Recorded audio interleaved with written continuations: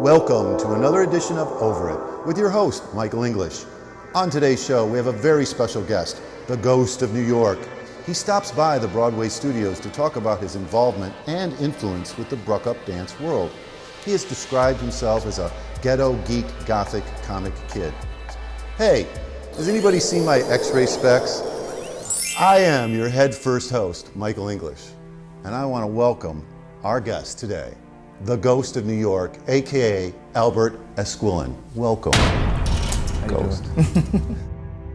The Ghost of New York is an acclaimed and accomplished Bruk Up dancer who has worked with, among others, Sir Elton John, RZA from WuTang, and most recently with Iman Omari. He can also hang film editor and music composer on his studio wall right next to his Emmy. Ooh. He's also part of the collective called BSV and was instrumental in making the award-winning documentary Lords of BSV. So, Albert, Ghost, describe to me in a sentence, or if just one word suffices, your childhood. I had a lot of accidents. Growing up, but I enjoyed everything that was available to me at the time. You know, I indulged in a lot of TV, a lot of media, and also my love for drawing and art. I used to end up drawing on a lot of things in the house. I used to get in trouble a lot for it. Drawing on things in the house? Yes, like... I do that still, and I'm a grown-ass man. It's crazy. Everywhere I've lived, I've had that problem. Like, I lived where we lived on Jefferson Avenue, one of my family's buildings. I literally carved a piece into the wall, like with a pen, not draw. I'm talking about carved into the stone and like that. Wow. Yeah. Is that home still no, accessible? We moved. That's where we moved from Brooklyn. We originally lived on Hancock Street. We had a brownstone on Hancock Street, but we also owned a building that was like on the avenue of Marcus Garvey. Like took up most of Marcus Garvey. It was like a big building. And we moved from there, you know, stuff happens, you know, the gentrification. You know, I mean, I went through enough stuff, but I think it kind of like pushed me to be unique as possible. Because some things people take from childhoods that they would look at as negative, I look at it as positive, because I like to be a loner. Like, I like to be, you know, the geeky kid, or the one that, you know, likes to wear the wide leg jeans, and I like skateboarding, and I like being myself growing up. Painting on your clothes. Yeah, exactly. I used to do that. I used to literally draw on my clothes and all types of things. I made this shirt with bleach. Hey. And the only reason I did it is because the dry cleaners, you know, because you wear the underarm deodorant, I said, I can't throw this shirt out just because there's stains, just throw some more. Oh yeah, put more pieces in it, it's perfect. That's right. Get you some pants with the... Yeah, I should have wore pants today. I feel like Angus Young. Maybe I can run with the troupe one day. Of course. Hey, listen, you'd be surprised if people I've taught how to do this. You'd be civilians I can make into warriors and monsters, no problem. I was born and raised in Brooklyn. My family came from Havana and Camagüey, Cuba. My grandfather and my grandmother, they came over to the US, and they, you know, I can't really say exactly, but I know that they ended up owning some property, and you know, generations later, here I am. But correct me if I'm wrong, and we spoke a little earlier about this, there was an injury you had as a child. Talk about that a little bit. Yeah, when I was, I really don't remember my age. I know I probably was a toddler. I had an accident happen in the daycare, and the movers basically dropped they were moving something. They were moving like a big piece of furniture, probably like and you're a little guy. Yeah, and they kind of like dropped it on me, on my leg, and it kind of like crushed a lot of the bones in my leg. And I grew up with a leg brace, you know, something similar to Forrest Gump, something like that. And it actually played a really big part of my dancing, because I ended up having a lot more strength in my legs when I took that off. I have like this unbelievable amount of balance, especially coming from that leg. And you know, I used it to kind of like overcome that. That's amazing. I spent a lot of years not really being able to do a lot of things, so. But again, as a child with that kind of disability, were you able to blend in and overcome the you know, how kids get, you know. Yeah, that's what I mean. You know, I went through a lot of I wouldn't say anything from the other kids, but just the lack of the time to spend and have fun with others, you know? So I had to like really keep it, you know, enclosed. didn't get a chance to really do a lot of public stuff during that time. During that time as a young person, was your first passion music or was it dance? It actually was art. Nice. It actually was art. I've always was into art, but my first talent, like my first born talent, is like I've always known how to draw. And it kind of transcended throughout the years into other things like tattooing and doing everything else. So anything that's involved with drawing, I can basically easily get into it. Painting, anything. Do you still have some of those drawings from your? Oh yeah, I actually did a mural on my studio, in my studio, my current studio, in my garage. The Danger Room? Yeah, of my old little comic stuff. I used to draw myself as a comic book superhero. We're going to show some pictures along the way. I don't want to jump on your wisdom, to use one of your phrases. No, what do you say? I don't want to. I want to step up. I don't mean to cut your wisdom. I don't want to cut your wisdom, but that Danger Room, and I've only seen it in, a 4x4 screen about this big. To see it in person must be pretty impressive. It's almost like in my house, it's probably like the room that represents my childhood and my passions. Interesting. So we said when you found art, music and dance had to have come soon later. When did that passion, and what were the influences that drew that out? Maybe. Well, to be honest, the first thing was Michael Jackson. That was the first thing, because seeing Michael Jackson doing certain dance moves and things as a child, it really influenced me, and I wanted to be as, I don't want to say as big as that, but I wanted to feel as large as it felt when I seen him do certain things. The energy and what it did to me watching it, like somebody seeing something magical, that feeling that you get when you see something you can't explain. I'm trying to put myself in a 5-year-old's shoes, and it's 1989, and some of his stronger work, in my opinion, came after Beat It and Thriller. I mean, those are standalone classic tracks, of course, and the whole album is classic. I think it's more so the live performances, the stage stuff, And you were able to absorb that somehow through yeah, television? through media eventually. Like I got my hands on that stuff. Right. I'm living in a Brooklyn home. You get away with certain things. Got it. Now we can't go without influence mention. George Adams, please. Oh yeah, man. See, the thing is with George Adams is like primarily the influence of how this style is so kind of ever evolving, because his knowledge and lack of knowledge towards what he really wanted allowed him to create something amazing and original and beautiful because of that. It's like trial and error, I really want to say that because of him, we've been able to understand the process of creating and pioneering something. Sticking with something that's an idea until it can manifest into something realistic. And I say that because George Adams, he had a bone infection. And it's something that's prominent in the Bruk Up dance style. If somebody has like an ailment or body part or broke, like me with my leg, that was so relatable, so just him with his creativeness. Oh, I want to be different. I look up to the poppers and the robot stuff and what they're doing, but I don't know anything about it or how to do that. Right. And him finding a way to express himself as a performer alongside of a lot of dancehall routine stuff, people on stage together doing the same moves or whatnot, but just performing well. And then him coming out and having to be himself in front of a whole bunch of people and then captivating them and becoming like this living dance character that was unexpected every time because he was just being himself. And when it transitioned to New York, we had so many other things to reach from.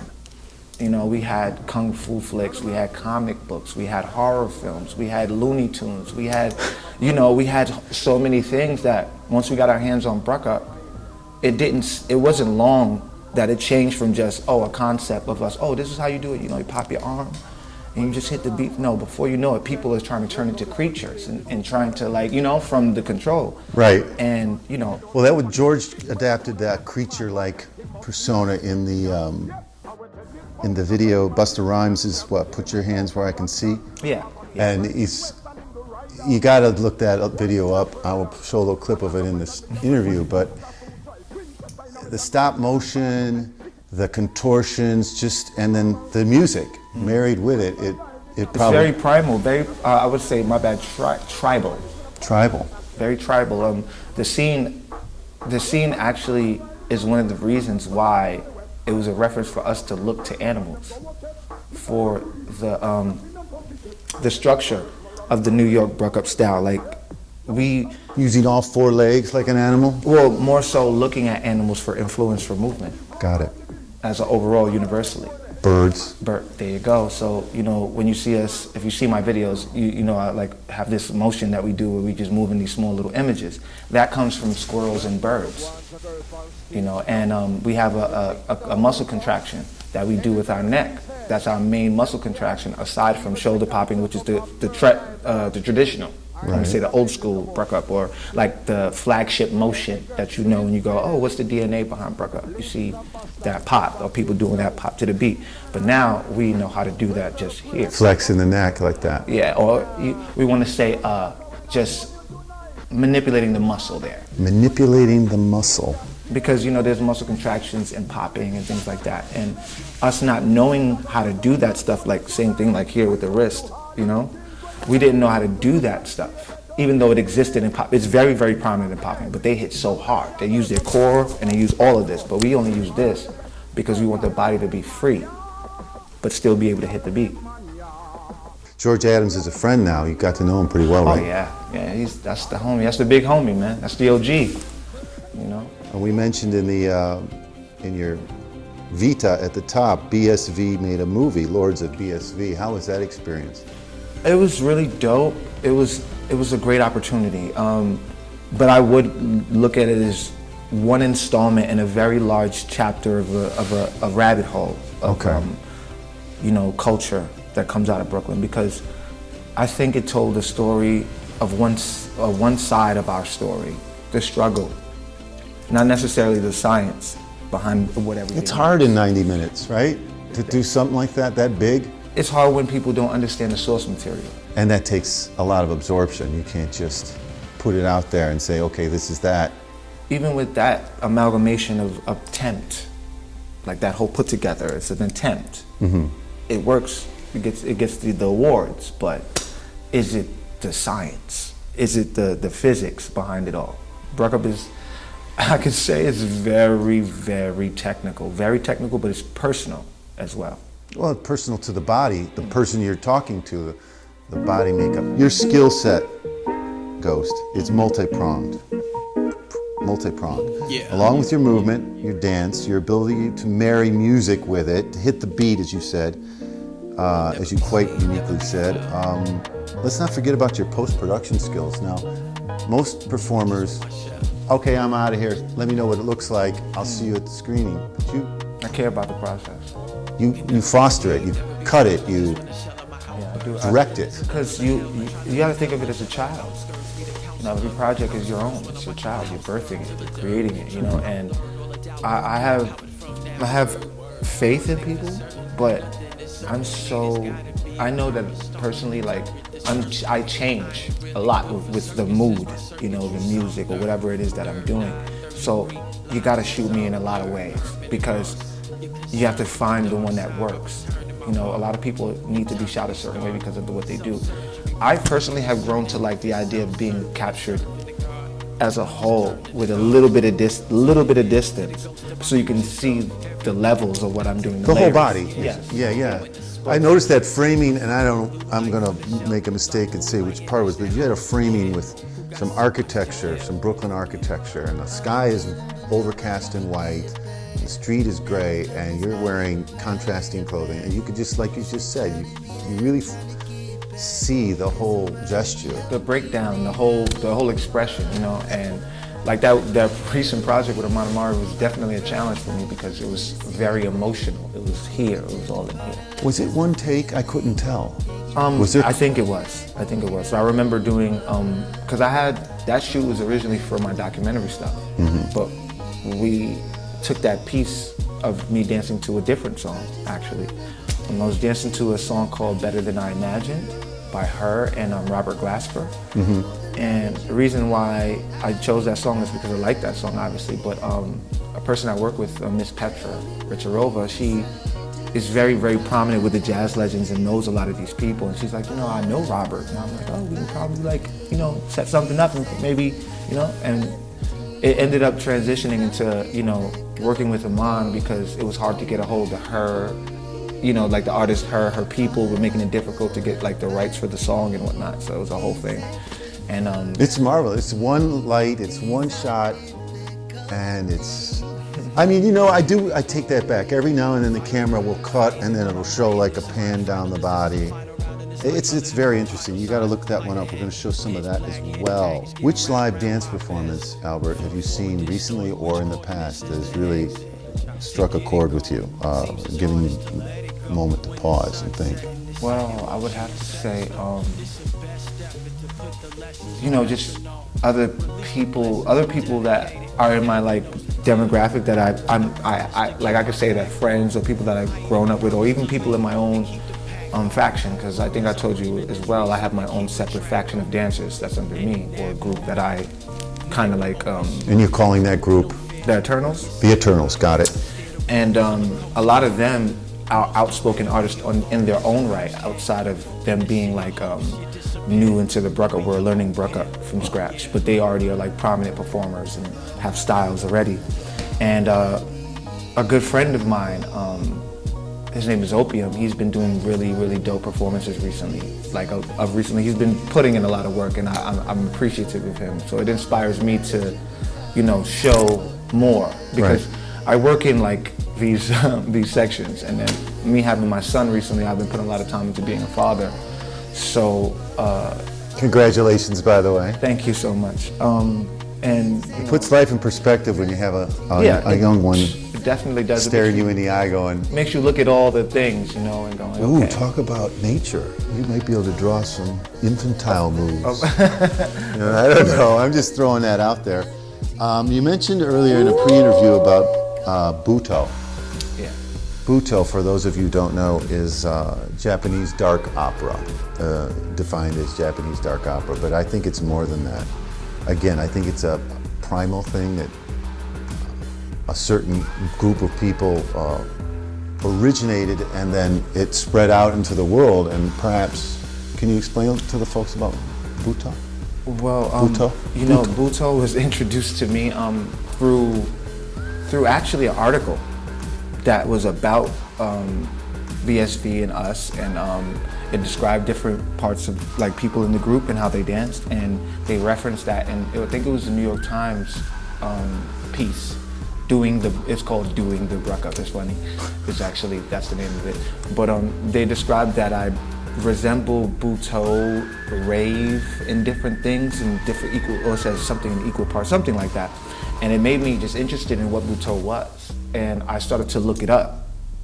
When I started to look it up, what I got from it is that it's almost like a birth, like it's like becoming, like life, like birth, and then expressing death and different emotions. That's what I got from it. Like having somebody like a metamorphosis, growing into this, or crumbling and dying, and like just surrendering yourself to the feeling of whatever the.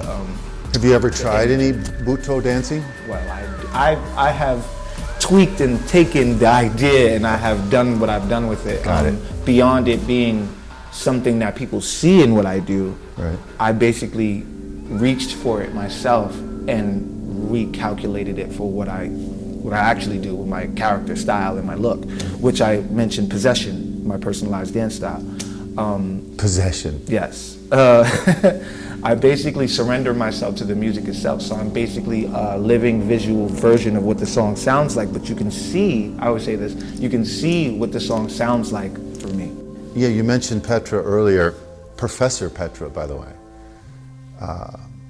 She works alongside of you on some of these projects. You're going to talk a little bit, or tell me a little bit about what's coming up in London, please. Yes. In England, rather. Yes, I have a teammate that's a part of my group, Eternals, and just to give like a little bit of a backstory, like Jamal is like an amazing dancer. His name is Jamal Starrett Phoenix. He calls himself Phoenix, and he basically dances in the public. like all the time. He's just expressive. He's just out there doing his thing, and he's become like he's almost like a tourist site out there for people. Yeah, he's giving Naked Cowboy a run for his money, right? Pretty much. Wow. But he's Phoenix. Yeah, Phoenix. He also has Asperger's syndrome. Okay. And it from my study and just seeing his BBC News, I think whatever you would call it, like a review of him or their piece on him, it explains that, because I never really was familiar with the syndrome, and it says that he has like this issue dealing with social connections. So he's like very, very like, in his own energy, and him dancing is his way to just be amongst everyone and everything, and not really, like, that's his focus. You know what I mean? So I really can't get more into the details of that because I don't really, you know your place when you're speaking on something. You don't want to overspeak. So, yeah, he's basically the backing and the focus and the person organizing this to spread the knowledge and awareness of Bruk Up in his background. So Phoenix is joining you overseas. How many days you guys are going to be over there? Oh, almost. Well, I wouldn't say almost. 2 weeks and some change. Okay. Yeah. You're going to get a lot done. Oh yeah. I'm actually gonna, if we finish up as early as we can, I'm gonna try to like hop over to Paris real quick because I have a teammate in Paris. So it's like Eternals is like really an international thing. And you could almost be there in like 3 hours on a train or something, right? Yeah. A bus. I could do a bus. To check this out, Albert, I've not been to the movies a lot lately. I watch a lot of movies at home. What was the last movie you watched that you enjoyed, or do you have a favorite movie that you just pull off the shelf every now and then? Oh, I feel. Hey. Music movie, could be kung fu movie. I mean, there's a lot. You like a lot. I like a lot. Give me a handful of movies I could watch. Okay. At the Ghost. Lost Boys. Ooh. Innocent Blood. Okay, we're on a theme here. Yeah. A vampire theme. Innocent Blood. Oh my God, those two. Those are my classics. Okay. Never Ending Story.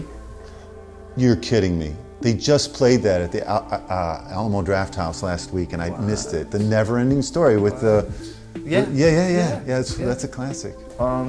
Because I didn't want to go too new. I have to go to the things that kind of like birthed a lot of stuff. Yeah. Kiss to the White Lotus. Okay, I have to look that one up. White beard guy, Okay. Kung Fu joint. Okay. It's a lot. Favorite place you've said is your garage, right? That's where you kick back and write? I do everything out of the garage, except for my gaming stuff and streaming stuff. Because I use my bedroom. That's where I have my little big TV. That's where you get your inspiration when you're in there. That's where you can. Well, not there. I was just like, it's almost like I have these different things I want to do. So, as far as like the YouTubing, internet streaming, gameplays and doing other stuff outside of just dancing, I kind of want to be able to allow people to get into my personality. So I have that set up in my bedroom because that's where my system is, where I play video games. And I also use some of that stuff in the Danger Room because my mic, I use it for the show that I'm trying to do. We're interviewing the dancers in the Danger Room, so it's like a mix-up. I might take my green screen, run in the bedroom, and then I'll take it out and go in there. It's crazy. It's topsy-turvy. Do you have a least proud of personal trait? Is there something that you wish you could fix? Oh, yeah. That you try every now and then, and it gets better, but... Sometimes not acting on impulse, on ideas sometimes. And it kicks me in the butt later. Like if I don't move on an idea I have, something similar comes out, or somebody does something similar, or just even the talk of something in the same range of it, and it'll completely turn me off from it. Got it. Yeah.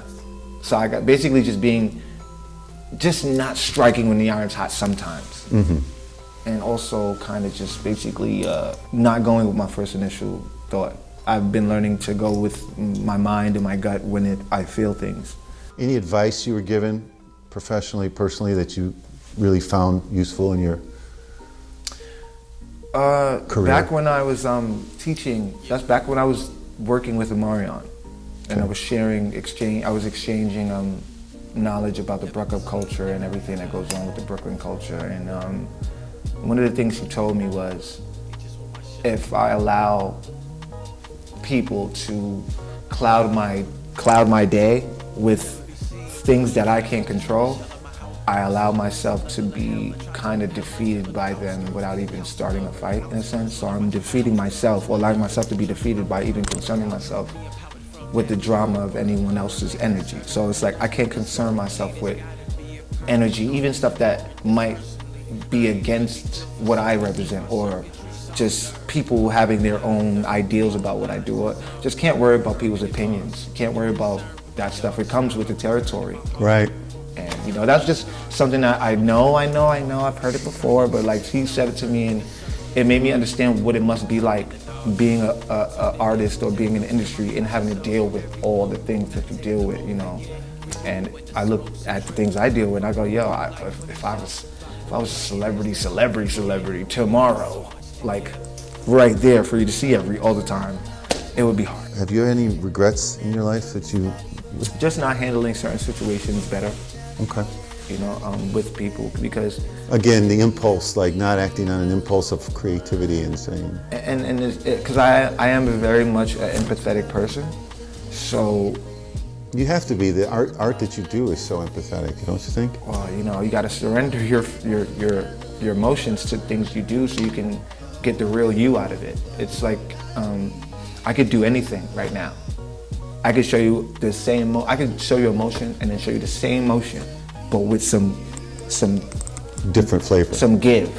Okay. You know what I mean? And the intricacy of it and the texture and the effect of it is just not going to look like, oh, you just did emotion. It's not simple. I can go like that, or I can go like this. It's just when you care, you see it. So, Albert, theatrically, you've already died for your craft, whether it was filmed or in a live performance. You've pantomimed the very specter of death. I've seen it. If I'm off, correct me, but I'm going to ask you a real-life question here. If you could choose the way in which you die and the time or day in which you die, and that, assuming, would be many, many years from now, because you're still a young man, could you tell the audience how you'd like to pass on? Maybe in my sleep. As an old man? Very old man or incredibly old man? I personally feel like maybe when I'm a little bit older, but just old enough to have done everything that I needed to do for my family and, my little ones. I also have a daughter. It's just, right. Not as connected with her as I How old is she? She's actually going to be 18. Okay, yeah. Yeah, you got a lot of years with those kids before you want to pass on. But say you did, would your funeral be a big banger or would it be a quiet family affair? That one I don't know, because I'm one of those people that people know my influence, but it might just blow over crazy when I'm not here. And it's kind of like people don't really value it, but I think it's one of those things where I'll be famous if that happens. If that was to happen to me, I would be famous. And it's sad, but I have that type of effect where I've influenced from a background place and I'm not really ever pushed in the front. And I have to work my own way, and it's crazy. I've influenced many cultures of dance, and me and my brothers that I originally came up with. See, because like BSV is more of like a brotherhood, an alumni, it's like, so it's like something we all get tatted on our skin, we all have intricate versions of it. Like mine's it's actually, you're gonna have this to look at, but it's 3 faces, but you probably can't see it.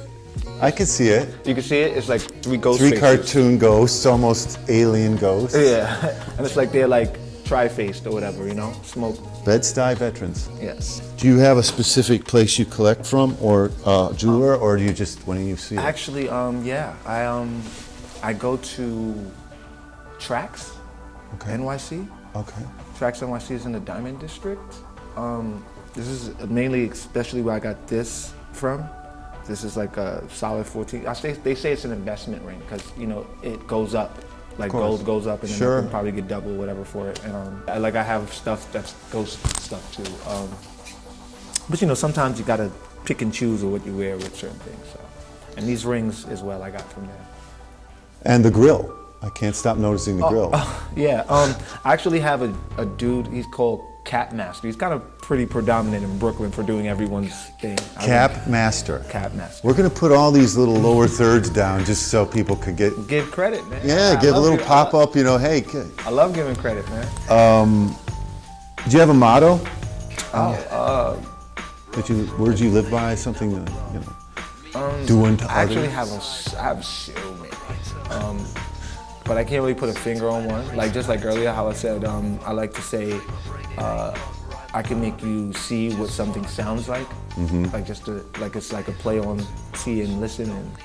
But being a visual representation of music, I use that for that. And then lifestyle-wise, I don't know. I would have to pick through and send it to you because I have so many. What's after England for you?